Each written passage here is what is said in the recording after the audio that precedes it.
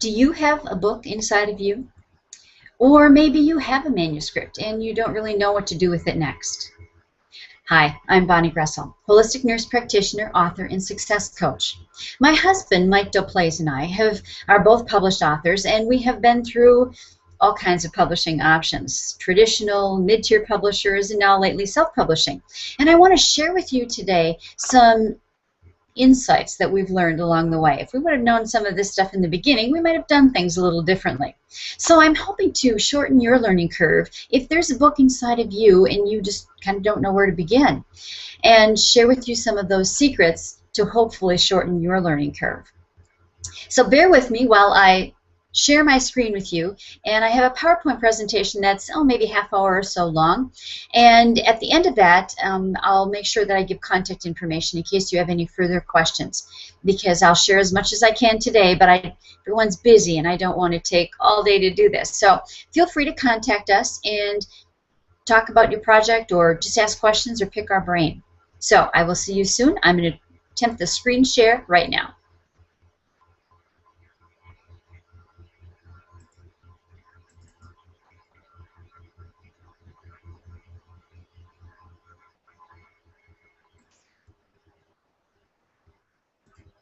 Now I'm hoping that you can see my screen, and we're going to talk about releasing the author in you. The picture on this slide is Mike and I, my husband and I, and as Mike as an author and freelance writer, he's been a writer all of his adult life, and as a teenager as well, because he worked at the newspaper back then. So anyway, I want to share with you some information that we've learned, and know that you can always ask questions of us later after the video is finished. I'll put the contact information at the end. So here's what we're going to cover today. Where to start, because that's kind of a big question. It's like people sometimes don't know where to begin, because writing a book and sharing your message can be such a huge ordeal, but it doesn't have to be. And we'll talk about that, because we'll talk about how to save some time during the process. Some people say, oh yes, it took me 10 years to write this book, and you could do it that way, but you don't have to. So we'll talk about some options there as well. We'll talk about the best sources for valuable content, and we all have valuable content. We probably sometimes don't even know that we have the valuable content that we have. And we'll talk about the most important components of a book, because that's what's really going to make your book marketable and make it appeal to your audience. And then we'll also talk a little bit about marketing, because that's something that really publishers don't tell you anything about, is marketing your book. And so you have to sort of learn that on your own. Well, we've learned a lot of things along the way, so I want to share those things with you. I always want people to start with, what is their goal? What is your goal in writing a book? Maybe to share your message, to help or inspire others, to unleash your creativity through poetry or recipes or a children's book or novels. Maybe you want to build your credibility, establish your platform, get out there in the world, become that expert that you truly are, and have people see you as that. Perhaps you want some residual income, as people buy your books, and there's a income associated with that, of course, with royalties. Maybe it's making new contacts, finding new clients, new business partners, building your business, establishing your brand. I mean, there's lots of reasons, and maybe there's several of these that are part of your goal. And then where do you start? Well, I always want people to start with their purpose, that goal that we just talked about. What is your purpose? What is your why, as I like to call it? We all need that why, that big thing that drives us to do whatever it is that we're doing. It's what keeps you motivated when times are more difficult. And then what is your message? Do you have a message to share? And, even if you don't think you do in the beginning, like you just want to write a novel or whatever, pretty much every book that I've ever seen, novels, kids' books, whatever, there's a message there. And so you truly do have a message. I would think about that. And then what do you want to share? Novel, recipes, poetry, your artwork, children's books, how-to types of stuff to help people, live life better. What is it that you want to share? And then now this is a really big question. What will it do for the reader? This is really, really important. I heard someone speaking about this the other day, and they said a good author writes a book that they're passionate about and then sells it to other people. A best-selling author finds out what people want and then writes the book to meet that need. So it's a different way to look at it. So really think about what your book will do for the reader. What do you want it to do for the reader? To learn something, to be better, to be able to escape their own reality through your fantasy. You know, what do you want it to do for the reader? And then know that you have valuable content. I mean, we all have valuable content. What do you love to do? I mean, there are people who like to go fly fishing and tie flies. There are lots of books out there on tying flies for fly fishing. Who would ever think? But, you know, look at what you love to do. Perhaps it's something that you can share with other people to help them love that too. And what are questions that people ask you? You know, do they ask you for these particular recipes all the time? Do they ask you for advice, for relationship, you know, advice? You know, what kinds of questions do people ask you? How do you transform people's lives? Because we all do. We all touch each other's lives in everything that we do. And we transform people's lives without even knowing it sometimes. So think about that. Think about how you transform people's lives. And then what experiences or stories do you have? The experiences that we all have in our lives create who we become.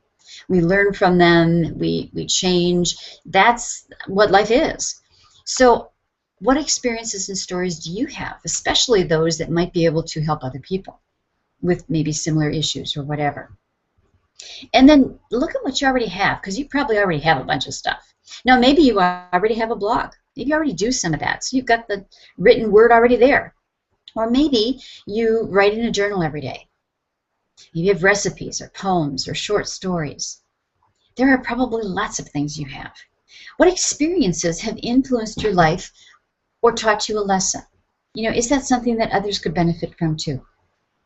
And then what have you learned? You know, I'm kind of an information nerd. I'm always reading a book or taking a class. But really, when you think about it, there's very little new information out there. What people do is they take in that information and they sort of, you know, tweak it, change it a little bit, make it their own, make it fit their own life. And pretty soon it's not the same thing. It's theirs.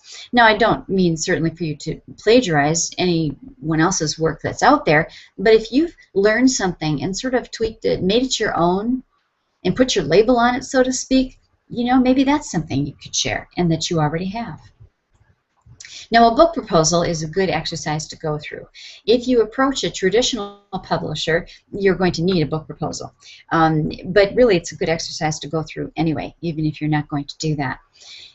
It helps you to outline your book, makes you think about things, makes you think about your marketing and your platform. And this component is key for a publisher.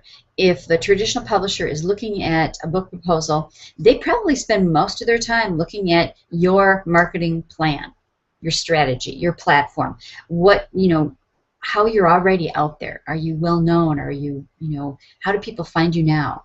So it makes you think about that when you write a proposal. Typical components of a book proposal include a summary of the book, you know, what it's about, maybe why you wrote it and why people should read it or how it's going to help them, and then a little bit about you, maybe a little bit about your story, why you wrote this particular book. And then the marketing piece, you know, your platform, how will you market your book? How are you going to participate in that? And then, of course, a table of contents, at least a rough draft of a table of contents, and some sample material. And the sample material just sort of shows your style of writing and maybe how much, you know, editing work it's going to need or whatever. Now, there are lots and lots of ways to save time. People often think, and I did too, I used to think this way too, that it's just an arduous process to write a book, that it would take years and years and it's all this work and I just don't have all that time. Well, it doesn't have to take all that time. I mean, you can spend that much time if you want, but you don't have to.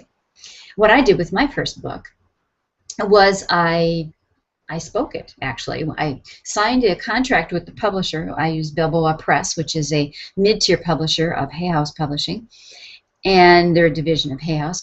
And on New Year's Eve at 6 p.m. I signed a contract, and I emailed it into them. And then on New Year's Day, I started writing my book. Well, I sat at the computer, hands on the keyboard, blank screen, nothing would come out. Everything wanted to come out and nothing wanted to come out. And so it's like, I couldn't start. But I could talk. So I spoke my book. I dictated it, basically, talked into my computer, made some little MP3s out of it, and sent it out to someone to be transcribed. I happen to use Fiverr.com, someone at Fiverr, and I put the website here. And basically what Fiverr.com is it's what people will do for $5. So you can get so many minutes of dictation transcribed for $5.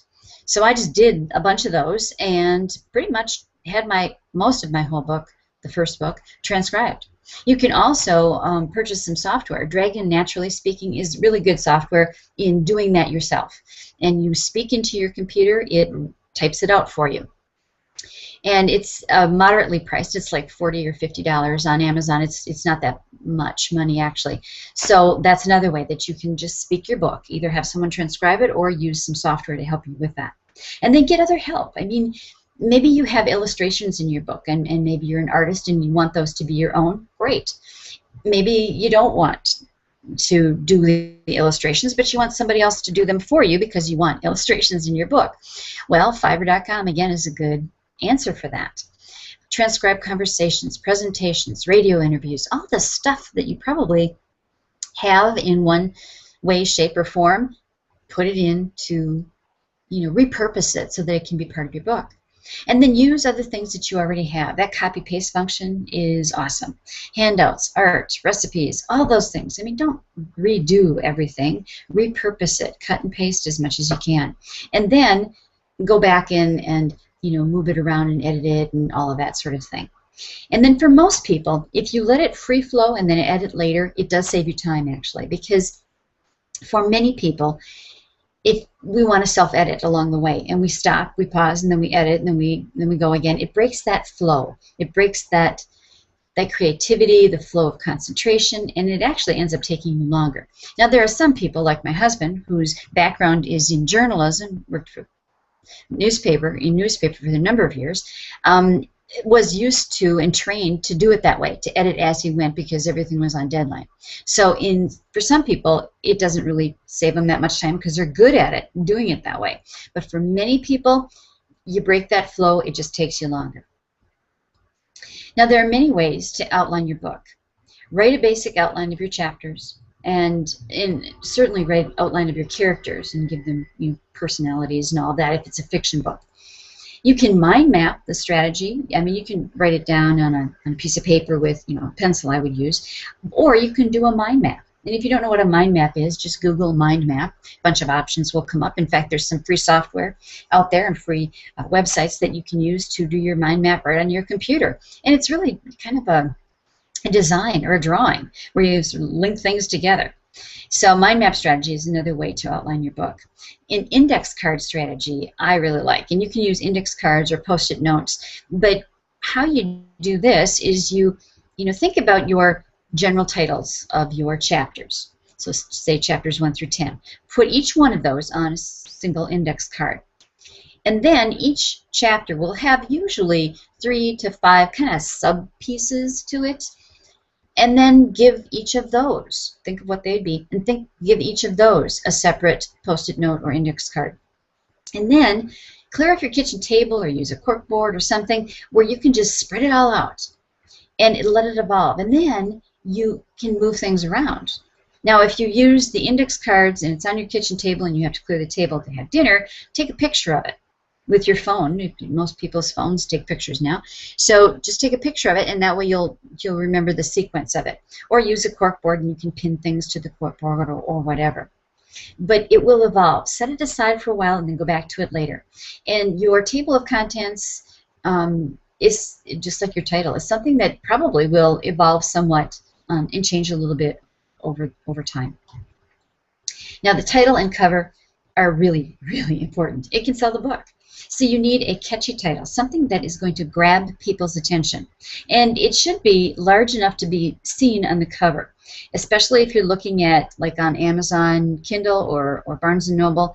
Those are really tiny little pictures of the books. You want the title large enough so that people can kind of get an idea of what it says. And then the subtitle really tells more about the book.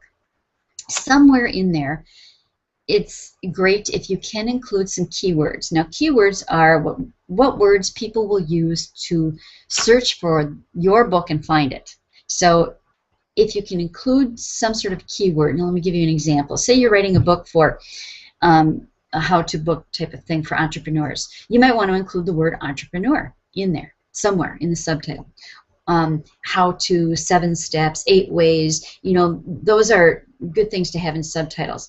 And then include the keywords. It'll just make your book more findable. People will be able to find you easier. And then a simple cover is best. Not too many colors or images because it sort of muddies the water and confuses things. And some things to think about before you actually publish. And the editing piece is something that I think most people should think about throughout their whole process of writing their book, because you have to have somebody else read your book. We don't see our own mistakes. We don't see our own, you know, and we know what we mean, but the reader doesn't always know what we mean. So there's sort of a, you know, having somebody look at it to say, oh, there's enough information here. What did you mean by this? Maybe this should go over here is helpful. And then, of course, if you're going to, you know, publish anywhere, it should be, you know, professionally edited, because there is a lot of not so good books out there, and especially ebooks have gotten kind of a bad name in that people put out a bunch of garbage and just isn't very good. And the consumer is becoming very savvy at discerning which books are really good and which aren't. And you want someone to buy your book, read it, and they give you a good review, not a review that says, oh, the grammar was terrible, or this didn't really make sense, or whatever. So if you're going to put it out there, you want good reviews. So make sure that you go through some sort of editing process. And then get some feedback, if you can, on your cover and title. With social media the way it is today, it's pretty easy to get feedback on your cover and title just by sharing it on your, you know, Facebook page or whatever. Lots of people always ask about copyright. Do I really have to have copyright, and why should I, and all of that? So let me just give you my take on it, and this is just kind of my opinion here. Copyright, first of all, copyright isn't really hard to do. You can do it online for about $35, and you do everything online. You email them your manuscript, and it's a .gov site. And you can also mail it in. If you use snail mail, it costs a little more. It's $65, and then you pay for postage, and you actually send them a check. People always think of copyright as, well, I want my work copyrighted because I don't want people to steal it, the whole plagiarism piece. And that is something to think about. You know, so if you're, you know, you might want to copyright it for that reason. Another reason that people don't often think about is that organizations like Amazon, as an example, have become very good at being the watchdog for plagiarism. And so you might get questioned. To give you an example, I have my first book is The Choice is Ours, 5 Keys to Health, Happiness, and Abundance. I probably did what most new authors do, is I put too much information in that first book. It wasn't that long of a book, it was just a lot of different stuff. So now what I'm doing is breaking it down and making different, smaller books out of it, but some of the information is going to be the same. I don't want Amazon to come back to me and say, wait a minute, there's a lot of the same information in this other book over here. I may have to prove to Amazon or anybody else that I own the rights to both sets of content, the first book and the books that I'm writing now. So that's another reason to think about copyright. The other thing that people don't often realize with copyright is if you, say you write a book and you put it out there and you have it copyrighted, and then you make some significant changes to it, like new chapters, or really change things up, you actually technically need an additional copyright for that second manuscript, because you have to send them your manuscript when you apply for the copyright license. So there's a number of things to think about, and you know, you don't get your license right away. It takes a few months, but that doesn't mean that you have to hold off on publishing your book, because all you do is you write the copyright, you put the little copyright symbol, your name, 2013, whatever year it is, and pretty much people respect that. You know, and then when you get your certificate later on, then you've got the proof. But you know, most people see that copyright in there and they don't ever even question it. And so I know many authors who put it in there but haven't purchased the copyright. That's a choice. It's up to you how you want to do it. The ISBN number is, for those of you who live in the United States and are listening to this, the ISBN number is kind of like the Social Security number here in the U.S. It's your identification number. Now, if you have a book only on Amazon, whether it's a physical book on CreateSpace or an ebook on Kindle, you don't really need an ISBN number because Amazon has their own numbers. But if you have it anywhere else, you do need an ISBN number. And to purchase one, it's a bit, the more you purchase, the less expensive they are. So like if you purchase one, it's $125, I think, when last time I checked. And if you purchase 10, it's $250. So it behooves you to maybe purchase more. Now, you need a different ISBN number for different formats. So say you have a print book, a hardcover book, an ebook, and an audiobook. That's 4 different ISBN numbers that you need because they all have to be identified and linked to that particular product. So if you just stay within Amazon, you don't even need it. If you go outside of Amazon, you absolutely need an ISBN number for every format, and you can also get ISBN numbers through Amazon at a discount as well if you want to do that. Publishing options. I wanted to talk with you a little bit about that today because there are a bunch of options, and it's interesting how things have changed over the last couple decades. The traditional publisher are, you know, the people that you think of, the Random House, the HarperCollins, the Simon & Schuster, Penguin Group. You know, those are the sort of, there's like the big 6 publishers. They're in that group. Most of those, actually, of the big 6, there are only 2 in the United States, which is Simon & Schuster and HarperCollins. The rest are actually in Germany and France, and one's British. So they're not all here, but we'll talk a little bit more about traditional publishers today. Mid-tier publishers is sort of the halfway in between, and then there's self-publishing, which is doing everything yourself, and then there's something that I like to call the self-publishing hybrid, and that's something I'll introduce to you today. It's just a name I kind of invented for what Mike and I do with our business. So traditional publishers, many people think that they will pay in advance, that it's easy to get a contract, and that is really not the case. They don't always pay in advance. In fact, they rarely pay in advance anymore, and it's usually not very much when they do. They help with editing and marketing, but it varies because it's really hard to land a contract with them to begin with. And, you know, remember, they want to get their money back because they're making an investment in you. So they will do as much editing and marketing as it takes for them to get their money back.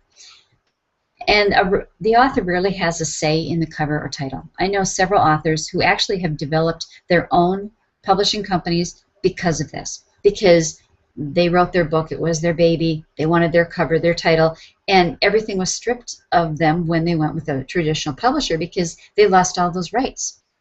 And so they said, well, I'm not going to do this, I'm going to do it my own way, which is kind of what Mike and I have done as well. So basically, you really do, you lose all ownership rights, manuscript, cover, I mean everything.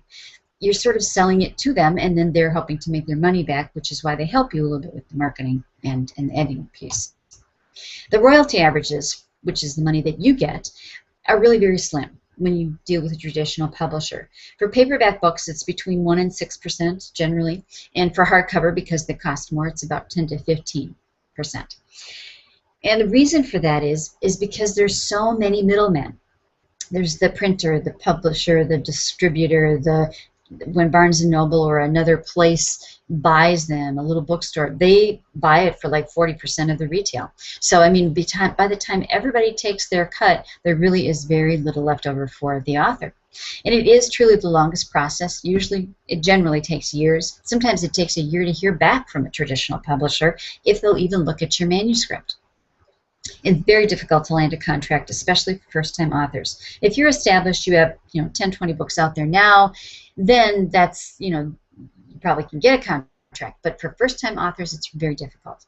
And you really do need a literary agent, which means you're going to have to pay for that as well, because most publishers won't even look at unsolicited manuscripts, and that means an unsolicited manuscript means that you're just giving it to them yourself without using a literary agent.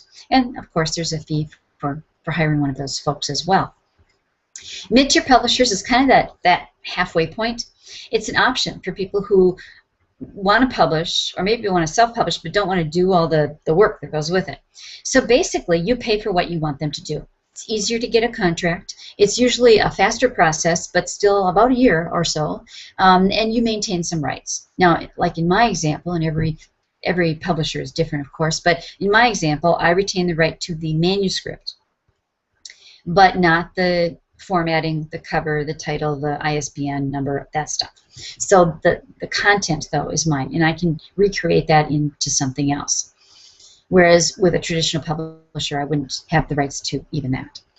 And the average cost, because you pay for what you want them to do, the average cost is about usually between $2,000 and $25,000 or more, based on what you want them to do. I was talking with one author. I don't think he ended up going with this publisher, but his original quote from them was about $40,000. So he wanted some marketing and some, a video and all that stuff done, and it was a huge amount of money. So, you just have to pay for that stuff for somebody else to do it. Now, they won't help you write your book, and they don't do any marketing, unless, of course, you want to pay for that extra. My experience, I'll share that with you on extra marketing help. I mean, when I used Balboa Press, that division of Hay House, and I published my book, and everything was, they call you every couple weeks, and they say, how are things going, and they try to, sell you something else. And one of the marketing packages that they wanted to sell, which I didn't really think was that great, was between $4,000 and $6,000, depending on what I wanted to do, which is pretty typical. So it's whatever you want done for you. You could get done for you, but it would cost you extra. And then there's no guidance with editing, title, marketing, all that stuff, of course, unless you want to pay extra for it. The self-publishing hybrid is something that I wanted to share with you because it's something that my husband and I have decided to do, kind of like those other authors that said, hey, we're going to make our own publishing company. So I want to share with you a little bit of how that's different from the other publishers that I just talked about. Publishing cost is less. The author book cost is less. And what I mean by that is, say you want to purchase, a number of books to sell in the back of the room at a presentation you're giving, or, sell to somebody in your town, or give to family and friends, or whatever. If I purchased my book from Balboa Press, which you always have to purchase it from the publisher, because that's who owns the rights to that. If I purchase my book and it's less than, I think, 500 copies, I have to pay $8 a copy. And the book retails for $13.95, I think. So I have to also pay for shipping. So by the time I pay for the $8 a book and the shipping, it doesn't really leave much less. My same book, which is about 150 pages, that same book, if I were to order that through the printing company that we use, which is the one that Amazon uses, that same book is $2.48, I think, plus the shipping. Big difference. So the author book cost is less with the way that we're doing it. And then there's author coaching available during the writing process if that's a desire of people. And then there's a generous royalty share. There's some editing guidance that we help you with. It includes a marketing campaign. You don't have to pay extra for that. We actually do some of that. And then we also give some guidance to you for the marketing that you can do as an author, because some of it the author does have to do because you're the author. And then we do print on demand, digital, which is generally Kindle, and audio, which is, as I mentioned, most mid-tier publishers, all mid-tier publishers, and even some traditional are starting to go to print on demand as well. So the print options, let's talk a little bit about that. Self-publishing and mid-tier hybrid are print on demand always. CreateSpace, Lightning Source, Lulu, those are some companies that do the printing process. Most mid-tier publishers are also print on demand. In fact, I haven't found one that's not print on demand. And then some traditional publishers might be going to that, I'm not sure. But right now, generally, they still order a volume of books, and then they sit in a warehouse or somebody's basement or whatever. And you have to purchase, or somebody has to purchase, insurance for potential book returns because they're physical things.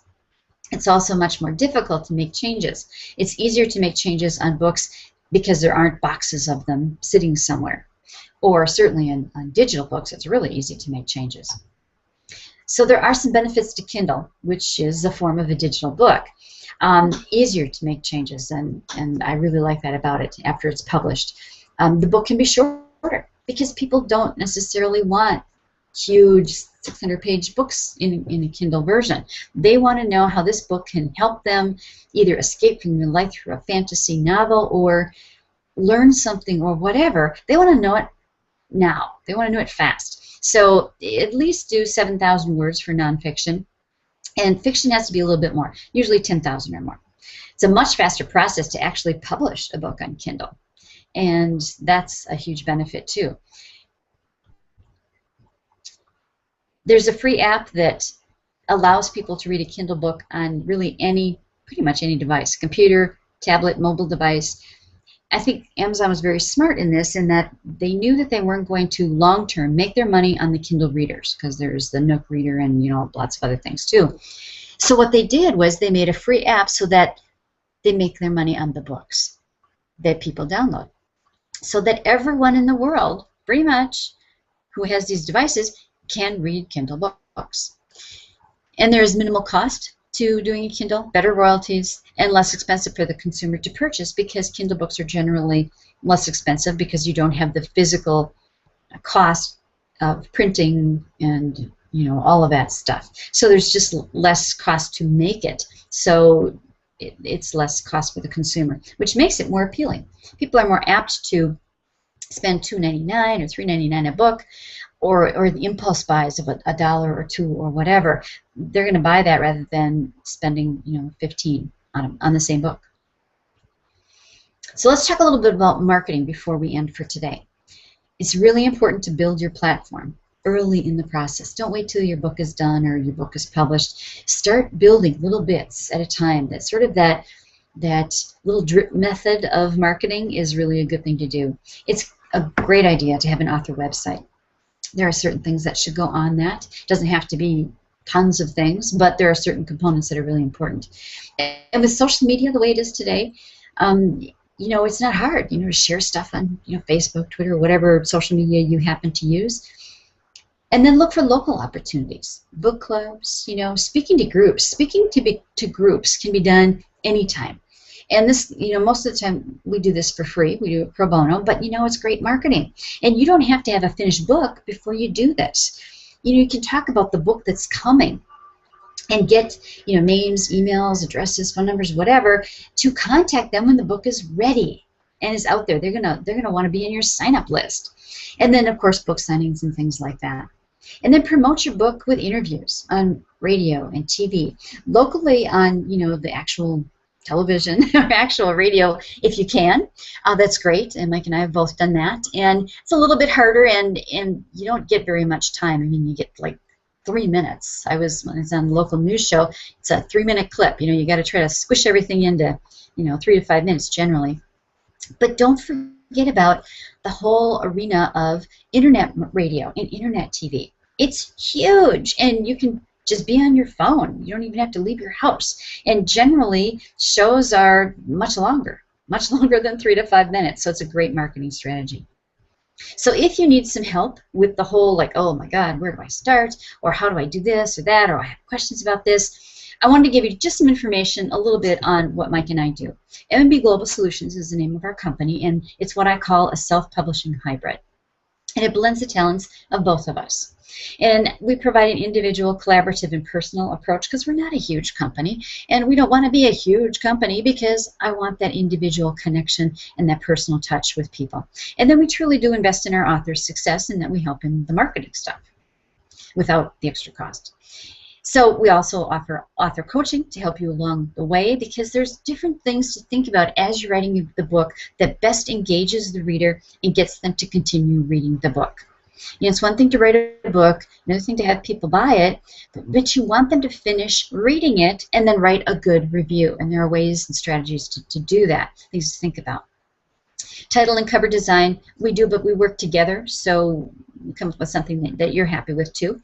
And the publishing includes some editing guidance, formatting, uploading, printing, all the things that go along with the publishing piece. And we create a page for you on Amazon Author Central, which is kind of like having a free website, a free page on Amazon just for you. Now, there are many authors that when I'm like searching around on Amazon, they don't even use this, which is a shame. But we create a page, and then you can, change it as you want to, certainly, but at least we start that for you, so that's a marketing piece that we do for you. And then we also create an author page on our site, on M&B Global Solutions website, and you can take a look at some of those if you go to the website as well.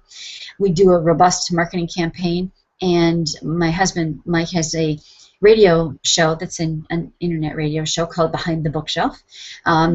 where we interview all kinds of authors, not just authors that we work with, but other authors as well. And so we put radio shows out there for you as well. And he also does book reviews on his authorboy.com site. And then we also provide some education and supporting for you to do marketing for your own book, because some of it the author does have to do. And then assistance on getting on other shows and other appearances, that kind of thing. So if you want more information, or you want to talk with us about anything, or you have a question, or you want to see some of the stuff we've done, I put the websites, the two main websites here, the ebookpublishingcoach.com and mnbglobalsolutions.com, and their phone numbers there as well. So certainly feel free to connect with us if you want to, and I will also put the links below this video so that you can just click on them and go there, and you don't have to type in the whole URL. So I would love to hear from any of you what you thought about the video. Put a comment below. Put a comment on YouTube. I've got some comments on there already, and I always want more, and I try to really respond to all of them. And if you have questions, do get a hold of us, because that's what we're here for. I really want you to live your dream. I think everyone should live their dream. So anyway, I appreciate you spending time today. I hope I didn't take too much of your time today, and I hope to hear from you soon. Now I'm going to try to end this hangout, and then